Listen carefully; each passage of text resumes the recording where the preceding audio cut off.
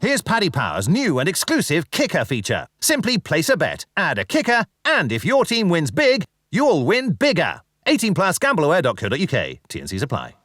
Welcome back. It's Bruce Millington, James Milton, Mark Langdon, and from Paddy Power, Sean O'Sullivan. We've looked at the Saturday stuff. Let's look at Sunday's live game. We've just got the one, but it's a very interesting one. It's at 4 o'clock. It's Middlesbrough versus Chelsea. Chelsea have won their last 5 league games by a combined total of 16 goals to 0, but Middlesbrough are going well as well.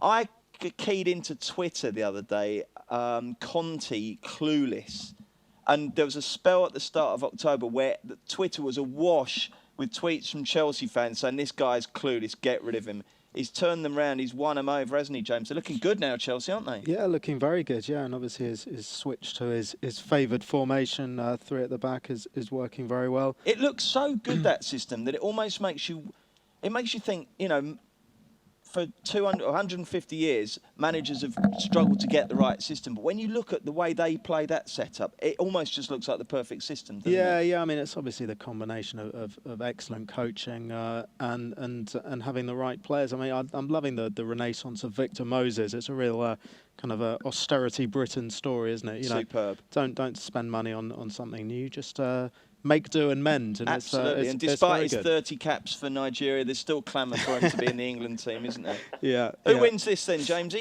Yeah, I mean, Middlesbrough certainly are improving. As we mentioned, they're very good at Arsenal in the draw. They nicked a point at Man City as well and beat Bournemouth in their last home game. I just think Chelsea are really purring now. And I was just looking at their early goals stats as well, Chelsea. In the last 4 games, which obviously they've won all of them, they've scored in the 19th minute, the 6th minute, the 1st minute against Manchester United, and the 7th minute. So I think Chelsea should be too powerful, and I think I'd go for the Chelsea double result here. I mean, looking at sort of Chelsea win to 0 markets, you know, the bookies aren't really taking many chances with those kind of prices. I think they're 5-4 there. You know, the clean sheet run has been very impressive. But yeah, I think Chelsea, if they are in the mood, I think they could break through very early on. Chelsea for James there. Isn't that a lyric? What's the band called? Who had it? Chelsea Dagger. Chelsea Dagger. What were they called? The Fratellis. Yeah.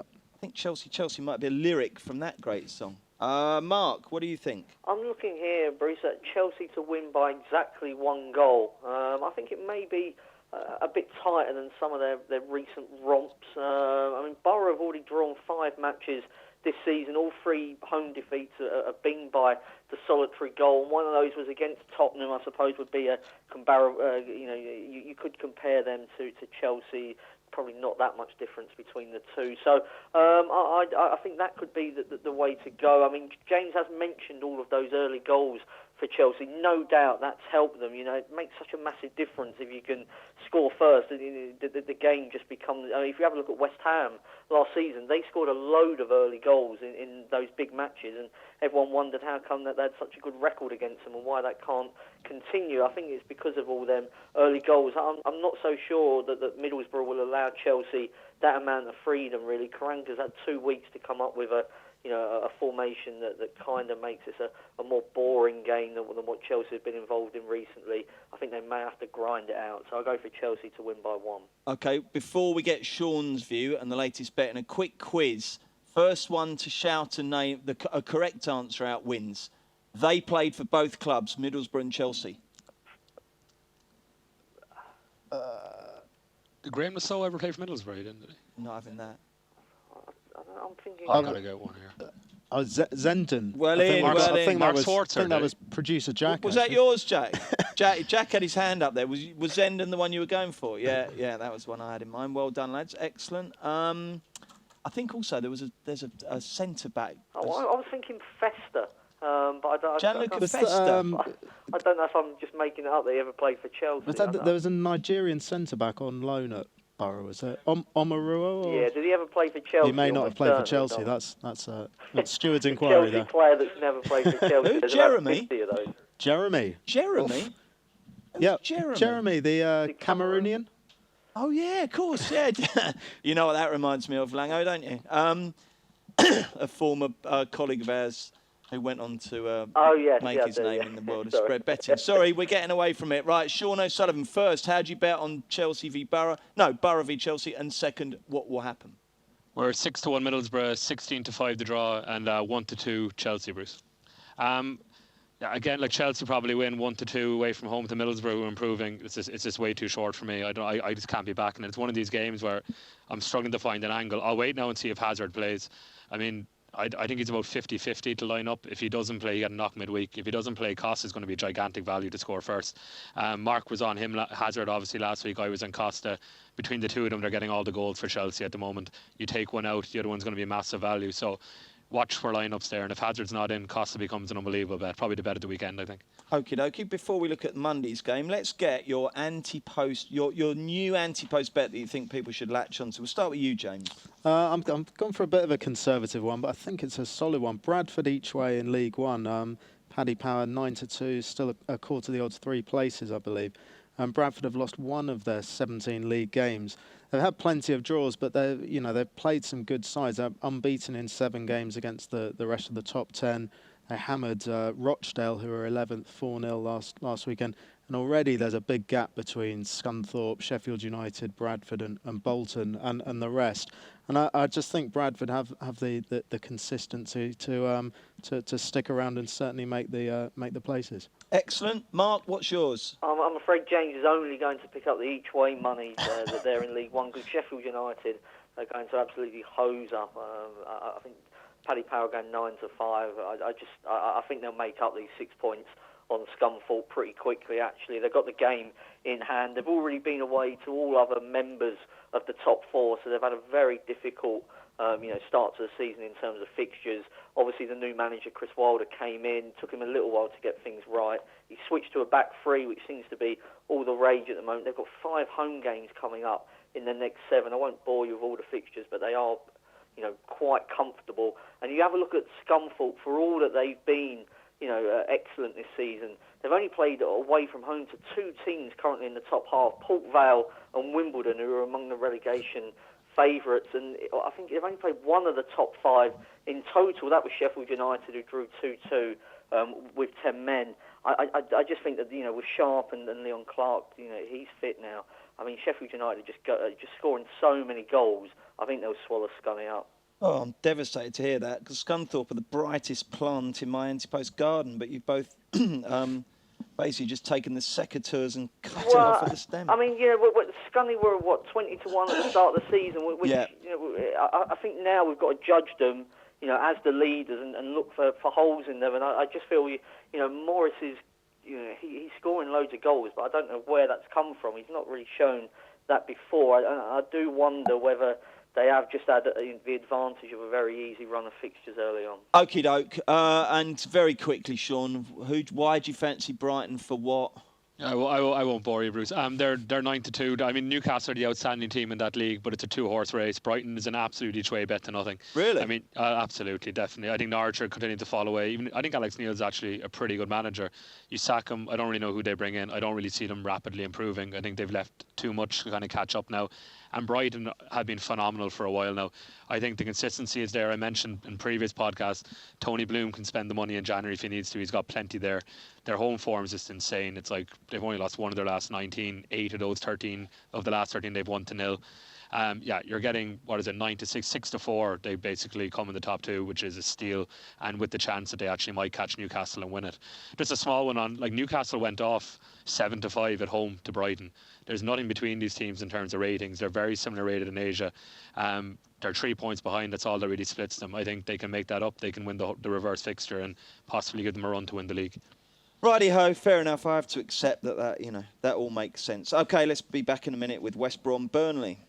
Here's Paddy Power's new and exclusive kicker feature. Simply place a bet, add a kicker, and if your team wins big, you'll win bigger. 18+, gambleaware.co.uk. T&Cs apply. Hi there, it's Bruce Millington, it's James Milton, it's Mark Langdon, and it's Sean O'Sullivan from Paddy Power. Let's look at Monday night's live game. It's West Brom versus Burnley. They played for both clubs. Come on.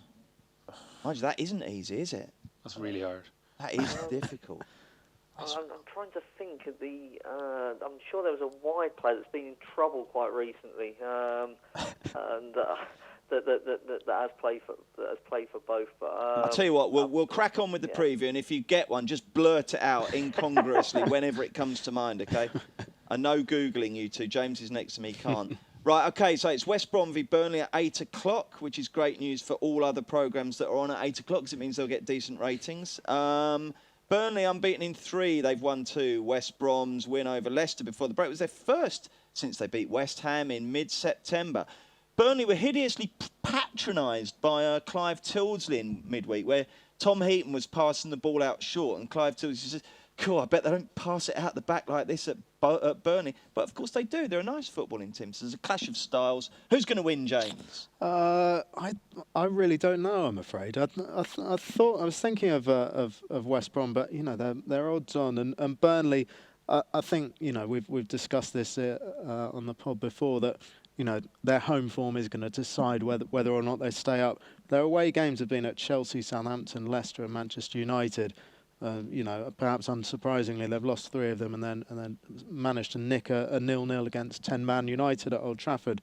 So it's harsh to judge them on that start away from home, but I can't really fancy them. And the bet I was looking at was actually second half to have more goals. I think it could be a slow burner, which is a polite way of saying it might not be very good in the first half. Yeah. West Brom, 17 of the 27 goals in their games have been after half-time, and 17 of the 26 in Burnley games have come after the break. So, maybe don't tune in for the first half, and hopefully it'll liven up. But it's a horrible game to call for betting purposes, I think. Okay, Mark? Yeah, I mean, it's not going to be a classic, is it, this one. I was just looking at Burnley, their away run. I mean, they've played Chelsea, Leicester, Southampton and Manchester United. They've had 4 shots on target away from home in the Premier League this season and conceded 41. So even allowing for the fact that it's been difficult, I mean, that's an incredible amount of shots they're allowing. And Tom Heaton, been a very busy man for a lot of this season. I was looking at him at 16s with Paddy Power to be man of the match in case he has to pull off another load of saves. I mean, West Brom haven't quite got the firepower of some of the teams I've mentioned there, but I mean, he could be busy and be part of a Burnley sort of rearguard action that takes something from the game. The other one I was looking at, maybe Macaulay, first goal. I mean, he's got 4 in 17 for club and country this season. He's going off, I think it's 20-1 first goal scorer. Could give you a run for your money, but this is not one to have a massive smash-up, I don't think. Are you going to have a massive smash-up on it, Sean O'Sullivan? Yeah, it's actually my favourite first goal scorer bet of the week, to be honest. It's hang on a sec. Lango, guess who it is? It'll probably be Rondon or Chadley. Is it? I think Chadley actually might be out for it. Rondon's not the worst show, but it's actually no goal scorer, to be honest. Right. I think it's going to be an absolutely chronic match. I mean, Burnley have only got 1 away goal all season. I know they've had tough opposition there, as Mark said, but West Brom have failed to score 5 of their last 8 home games. I mean, it just has all the signs. They probably both take a point. It's going to be drab. No goal scorers, 13-2. I'll keep that inside in case one of the lads pops up with an own goal, and then you'll still get paid out. Drab game. Under 1.5 for more safety conscious punters is a 15-8 shot, and under 2.5 at 8-13 is an absolute nap. What price of Burnley to win it? Burnley are actually they're 10-3 to win the game. West Brom are shade odds on. I couldn't be touching that at 10-11, and the draw, which would be very popular, at 12-5. I'm going to back Burnley. I think they're half decent.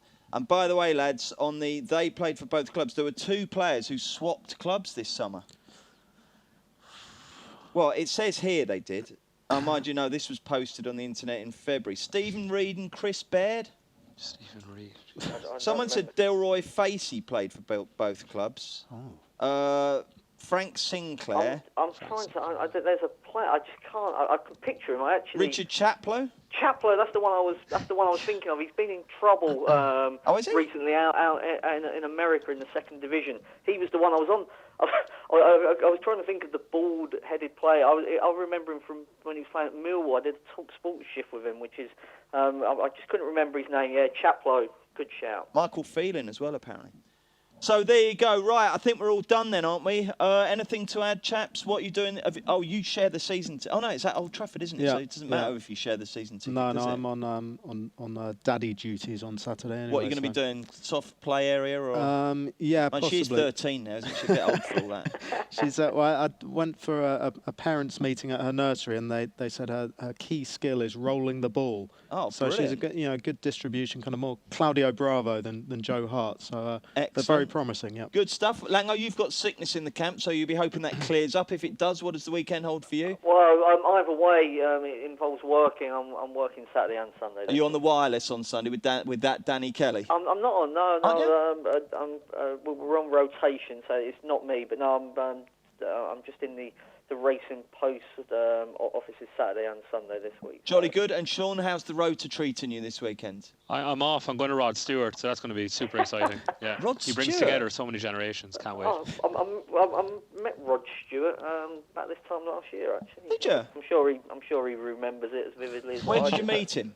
It was a Ronan Keating charity event where me, Henry Hardwick, and various others got absolutely smashed at the Bobby Moore quiz the year before, and all paid £300 a head for this Ronan Keating charity night. And Rod Stewart popped up, so I mean, it was absolutely horrendous value. You didn't get any drink for your £300 or anything like that, but we did manage to meet Rod Stewart. Right, well, I think that should be the only reference to the Bobby Moore quiz, Mark, don't you? Taps knows wisely after last week. Yeah. Right, OK, thank you very much. If you enjoyed listening, do please go onto iTunes and subscribe and rate us on there. We're back next Thursday, and we've also got the Racing Postcast tomorrow. The Football Postcast in association with Paddy Power. Their new iPhone app is simpler than a Tim Sherwood Team Talk, so download it now.